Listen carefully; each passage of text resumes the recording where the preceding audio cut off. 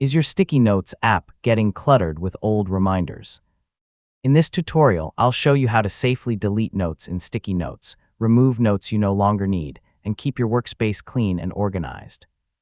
To begin, open Sticky Notes from the Start menu or select one of your existing notes on the desktop. If you have several notes, you can also open the notes list to see everything in one place. Browse through your notes and locate the one you no longer need. Before deleting it, take a moment to make sure it's the correct note because deleting a note removes its contents.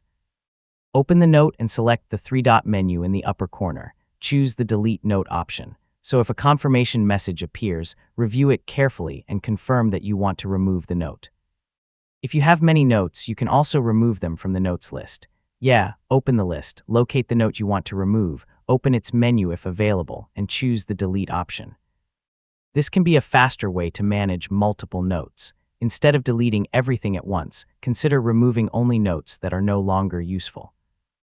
Keep important reminders and delete completed tasks to keep your workspace clean and easier to manage.